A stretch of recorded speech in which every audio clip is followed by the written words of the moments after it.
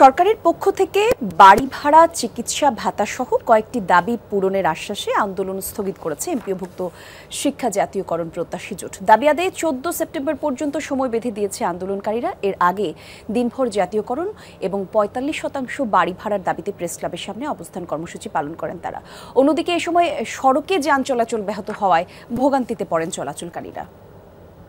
নতুন ব্লেন্ডে আরো rich অ্যারোমায় salon family blend টে।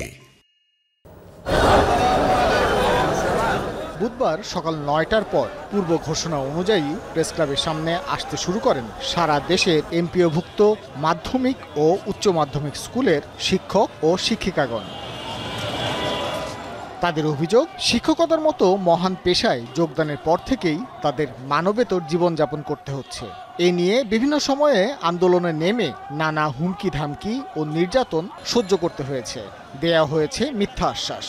যেখানে সরকারি চাকরিজীবীরা ৪৫ থেকে 40% বাড়ি ভাড়া পায়, বর্তমান সময় ১,০০০ টাকা বাড়ি ভাড়া বাংলাদেশের কোনো স্থানে বাড়ি ভাড়া পাওয়া যাইতো না। শিক্ষক সমাজ আজকে দীর্ঘদিন থেকে বঞ্চিত। আমাদের একটাই দাবি, জাতীয়করণ।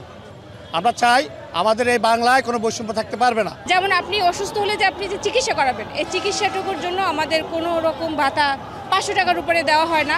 এখন বর্তমানে আপনি ডাক্তারের ভিজিট যদি যান তাহলে দেখবেন ৭০০, ১,০০০, ১৫০০ টাকা ভিজিট। বর্তমান অন্তর্বর্তী সরকারও শিক্ষকদের সাথে আওয়ামী লীগের নীতি অনুসরণ করছে বলে অভিযোগ বিক্ষোভকারীদের।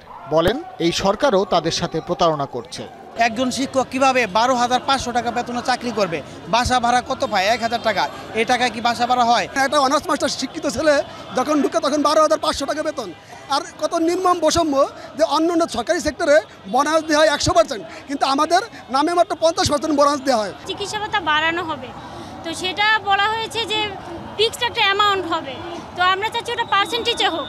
সমাবেশ থেকে মিছিল বের করতে চাইলে বাধা দেয় পুলিশ। পরে ১০ সদস্যের প্রতিনিধি দল আলোচনার উদ্দেশ্যে সচিবালয়ে যায়।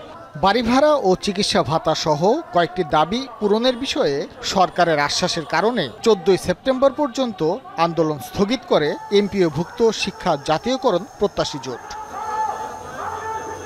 ভাস্কর ভাদুরী, যমুনা নিউজ, ঢাকা।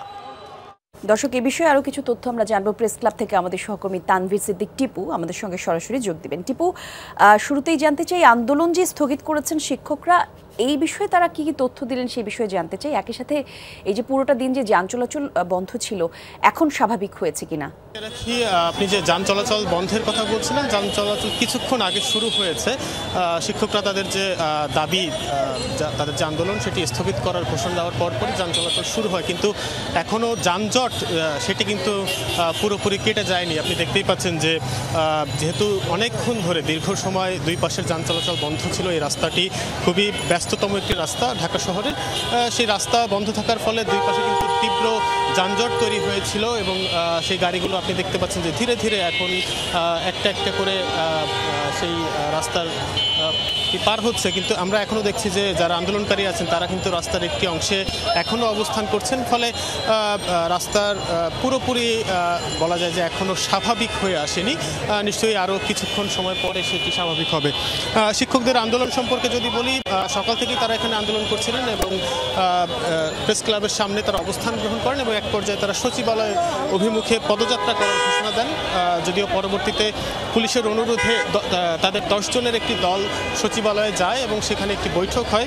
বৈঠকের পরে তারা, যারা নেতারা সেখানে গিয়েছিলেন, তারা এখানে এসে ঘোষণা দেন যে আগামী ১৪ সেপ্টেম্বর পর্যন্ত তাদের যে আন্দোলন, সেই আন্দোলনটি তারা স্থগিত ঘোষণা করেছেন এবং মূলত এরপরে যদি তাদের যে দাবিগুলো রয়েছে সেই দাবিগুলো মেনে নেওয়া না হয় তাহলে মূলত তারা তারপরে কর্মবিরতিতে যাবেন এবং ডিসেম্বর থেকে তারা কঠোর আন্দোলনে যাবেন বলে আমাদেরকে জানিয়েছেন। কলি, ধন্যবাদ আপনাকে টিপু।